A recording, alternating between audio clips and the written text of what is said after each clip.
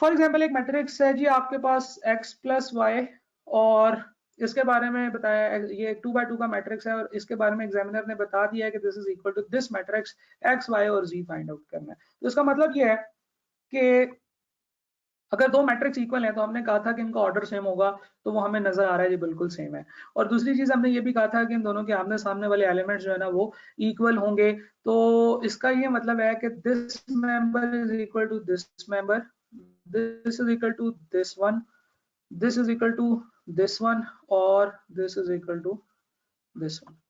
ठीक है जी। अच्छा, अब यहां से जो मुझे बातें पता चली वो ये है कि x plus Y is equal to 6। मुझे एक और बात पता चली वो ये है कि 2 के इक्वल है, खैर वहां से तो मुझे एक्स वाई जी चाहिए था, वो मुझे नहीं मिलेगा। तीसरी है जी 5 plus Z is equal to 5 और X Y is equal to 8, right. तो ये तीन इक्वेशंस हैं जो मैंने यहाँ से निकालनी है। अब इन तीनों इक्वेशंस की मदद से मैं एक्स वाई और जेड का आंसर निकाल सकता हूँ। फर्स्ट करें कि इक्वेशन नंबर 1 है, ये 2 है, ये 3 है। तो इक्वेशन 1 और 2 से मैं एक्स और वाई का आंसर निकाल सकता हूँ, क्योंकि x plus Y is equal to 6 है और X Y is equal to 8 है। अब ये सिंपल है, आपने जो है ना वो इनमें से किसी एक में से x का आंसर निकालना, दूसरे में पुट करना है। फॉर एग्जांपल मैं कहता हूँ कि इस इक्वेशन से मैं कहता हूँ x, या चले y is equal to 6 minus X, और इस y is equal to 6 minus X को मैं दूसरी इक्वेशन में पुट करूंगा, तो x into 6 minus X is equal to 8, that will be equal to 6x minus X square is equal to 8। और जब आप इसको रीअरेंज करेंगे, ये सारा कुछ इधर ले आते हैं, x square minus 6x is equal, और उसके बाद प्लस का 8 इज इक्वल टू 0। ये क्वाड्रेटिक इक्वेशन बन जाएगी। क्वाड्रेटिक इक्वेशन को कैसे, इसके दो आंसर आते होते हैं। जब आप इसको कैलकुलेटर पे सॉल्व करेंगे तो x का एक आंसर आपके पास आएगा g4 और x का दूसरा आंसर आपके पास आएगा g2। ठीक है जी। तो हमने कहा कि x का अगर आंसर 4 हो तो फिर y का आंसर जो है वो क्या बनेगा, 2, और अगर x का आंसर 2 हो तो y का आंसर जो है वो फिर 4 बनेगा।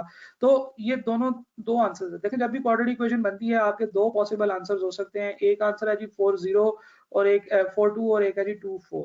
हाँ, z के बारे में बात करते हैं। एक ही इक्वेशन है जिसमें z यूज हो रहा है और उसमें सिर्फ एक ही अननोन वेरिएबल है, तो z will be equal to 5 minus 5, यानी कि z will be equal to 0।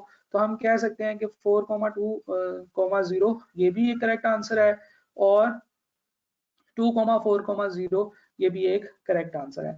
तो ऑप्शन ए भी ठीक है, ऑप्शन बी भी ठीक है। तो हम लोग करेक्ट आंसर जो है ना वो ऑप्शन सी को टिक करेंगे, तो क्योंकि वो कह रहा है कि ऑप्शन ए और बी दोनों ठीक है। अगर हम सिर्फ ऑप्शन ए पे टिक कर देंगे तो इसका मतलब है कि हम उसे कह रहे हैं कि सिर्फ ऑप्शन ए ठीक है, बी भी गलत है, सी भी गलत है, डी भी गलत है। हालांकि ऐसी बात नहीं है। जब हम लोग उसे ऑप्शन सी के बारे में बात करेंगे तो ऑप्शन सी क्योंकि ए और बी को ऑलरेडी ठीक कर रहा है, तो इसका मतलब ये है कि करेक्ट आंसर ऑप्शन सी होना चाहिए। ठीक है जी, दिस वाज द क्वेश्चन। ये इस क्वेश्चन में मैंने इसको इसलिए सिलेक्ट किया कि एक तो इक्वालिटी की हम लोग डिस्कशन कर लें, दूसरा मैंने इसको इसलिए सिलेक्ट किया कि कभी कभार बच्चे जो है ना वो पहला आंसर निकालते हैं, उसको टिक करते हैं, चल भाई आगे। ऐसा नहीं करना है। मैंने आपको जो है ना वो एमसीक्यूज किस तरीके से जो है ना वो इंटेलिजेंटली क्वेश्चंस को कैसे सॉल्व करना है, इसके ऊपर भी मैंने एक पूरी सीरीज बनाई है वीडियोस की।